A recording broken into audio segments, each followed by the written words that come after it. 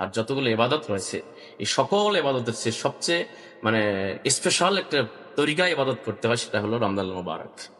আল্লাহ তাআলা আমাদেরকে সৃষ্টি করেছেন গোলাম হিসেবে। আল্লাহ নিজেই বলেছেন, ওয়া মা খালাকতুল জিন্না ওয়াল ইনসা ইল্লা লিয়াবুদুন। বাস্তবতা নিরিখে যদি আমরা চিন্তা করি, আমরা আল্লাহর গোলাম, আমরা আল্লাহর ইবাদত করে থাকি।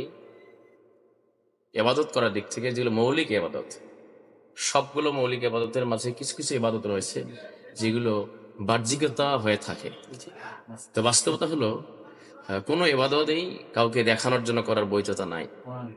তারপরেও ধরুন, যেমন সলাৎ বা নামাজ, আপনি আপনার কোন এক বন্ধুর সঙ্গে দেখা হয়েছে, সে হয়তো আগে নামাজ পড়তো, এখন পড়ে না। এখন যদি আমি নামাজ না পড়ি, তাহলে আপনি কি ভাববেন? এই দিক বিবেচনায় অনেক সময় দেখানোর জন্য নামাজটা পড়া হয়ে থাকে।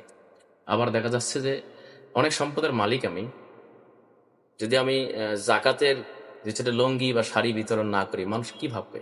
অনেক টাকা পয়সার মালিক একবার হজ বা উমরা করে না আসে, মানুষ কি ভাববে? যদিও বা বৈধতা নেই কোনো ইবাদত দেখানোর জন্য, কিন্তু রোজা এমন একটি ইবাদত যে ইবাদতটা কেবলমাত্র শুধুমাত্র আল্লাহ তাআলাকে রাজি খুশি করার জন্যই করা হয়ে থাকে।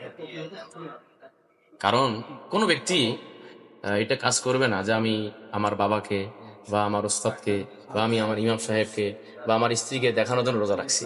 এই জন্য রোজা কেবলমাত্র শুধুমাত্র আল্লাহ তাআলার জন্য করা হয়ে থাকে। আর রোজার ফজিলত এতগুলো বর্ণনা আছে কোরআন কারিমে। ইসলামের মৌলিক বিধিবিধানগুলো যার ব্যাপারে তার গুরুত্ব বর্ণনা করতে গিয়ে রোজার জন্য যত বিধিবিধান আলোচনা করেছেন, আর অন্য কোনো ইবাদতে এত বিস্তারিত বর্ণনা কোরআনুল কারিমে আসেনি। যেমন রোজার গুরুত্ব বর্ণনা করতে গিয়ে একটা রুকুতে আল্লাহ তাআলা পুরা রোজার বিধানগুলোকে খুলে খুলে বর্ণনা করেছেন। এজন্যই আল্লাহ তাআলা সকল ইবাদতের দিক থেকে রোজাকে এত বেশি গুরুত্ব দেওয়া হয়েছে। কারণ এই রমজান মাসে আল্লাহ তাআলা কোরআন নাজিল করেছেন, শাহরু রমাদান আল্লাযী উনজিলা ফীহিল কোরআন হুদাল লিন-নাস ওয়া বায়িনাতিন মিনাল হুদা ওয়াল ফুরকান। যদি আমরা চিন্তা করি, এই আয়াতের অনেকগুলো কথা আছে। শুধু যদি বলি যে এই রমজান মাসে আল্লাহ তাআলা কোরআন নাজিল করেছেন, এই কোরআন নাজিল হওয়ার কারণে এই মাসের মর্যাদাকে আল্লাহ বাড়িয়ে দিয়েছেন। কোরআন নাজিল হওয়ার কারণেই, কোরআন এই মাসে নাজিল হওয়ার কারণে রমজান মাসের এমন রাত রয়েছে যে রাতটি 1000 মাস থেকে উত্তম।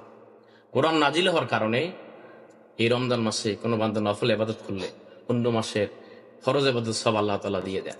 তাহলে যদি আমরা এই প্রশ্নের সরাসরি উত্তর দিতে যাই, আসলে বাস্তবতা হলো আল্লাহ তাআলা এই মাসে কোরআন নাজিল করেছেন। আর যতগুলো ইবাদত রয়েছে এই সকল ইবাদতের চেয়ে সবচেয়ে স্পেশাল একটা তরিকা ইবাদত করতে হয়, সেটা হলো রমজান মুবারক।